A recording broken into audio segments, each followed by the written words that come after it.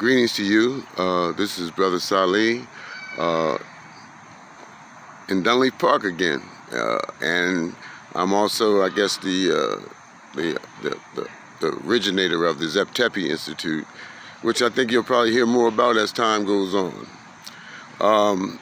I came before you today, and I'll put this little piece out there because of my own personal struggles. You know, all of us have our own personal struggles, right? And in fact, right, I think the Quran says that surely Allah created man to meet and to face difficulty, because it's in that meeting and facing difficulty that the opportunity to grow and develop and to gain wisdom, insight into things, it's the only way it comes is through those kinds of struggles. So I wanted to talk a little bit about, because, you know, I've been a person, and I ended up making a lot of mistakes early in my life, and consequently spent a substantial amount of time in prison.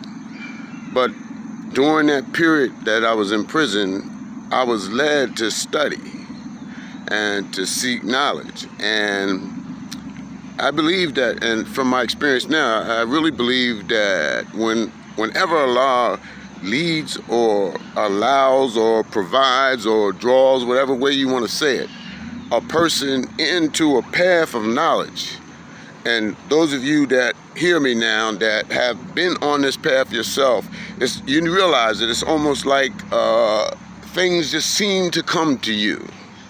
It might come up in a commercial on the television.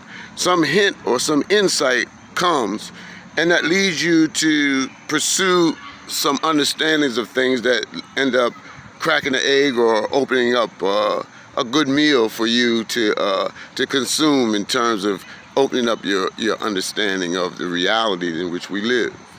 So when you are blessed to receive knowledge, it also brings with it responsibility, a duty, because you become responsible with that knowledge, if nothing more but to share it with some people that's around you. But sometimes it might involve how to accomplish things in this Barnum and Bailey world that we live in. And so if you see that and you have the insight and knowledge of how to do it, then kind of you have a responsibility. And for most of us, and for most of my life, what we end up doing is, because the path is difficult, most of the time we just succumb and settle for the average kind of life.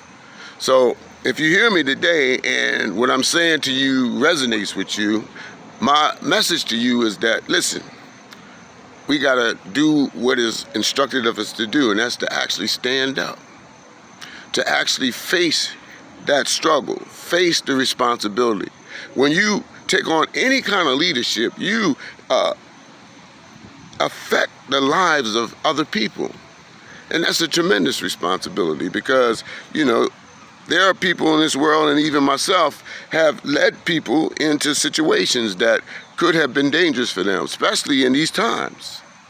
We are in a time now when, you know, hey, listen, you stick your head up now and try to say that you represent God or represent a higher purpose, man, they're coming after you. One of the things that I studied when I was in prison was law. And that's the dilemma I'm in now, right? Because I'm looking at this case that's going on, this national opiate litigation, or prescription opiate litigation that's going on in the court in Ohio. And I've taken the time to go back and look through their docket, that all of the plaintiffs in that case are either medical corporations, state governments. They're all entities, organizations, corporations, and attorneys, of course, right? But none of them are the people that's actually been injured by the over-prescription of opiate, which is the very theme of their cause of action. There's nobody represented there. And when they settle this case for billions of dollars, people like you and me that was affected by opiate prescriptions, over prescription of opiates by our doctors to try to address pain, so to speak. Those of us that have had our lives devastated and interfered with and affected, none of us is getting nothing out of this settlement unless you go to a program or something that might end up being funded by some of the proceeds from this settlement coming up. So I, with some people around my neighborhood, we filed a motion to intervene into the case as a real party of interest, claiming that we are the people that actually had the direct harm done to them. When the doctors overprescribed opiates, they did it to us, not these lawyers or not the state or not any of those other people.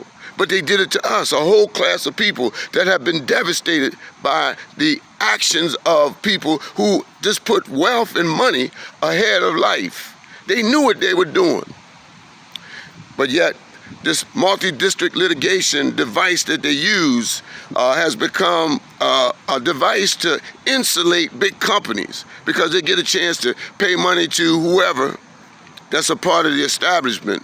But the guy that got harmed, he gets nothing. And if you go back and look at multi-district litigation settlements that involve personal injuries or mass tort actions, you'll see that individuals that actually harmed got nothing. So now I'm faced with the responsibility. Do I fight these people?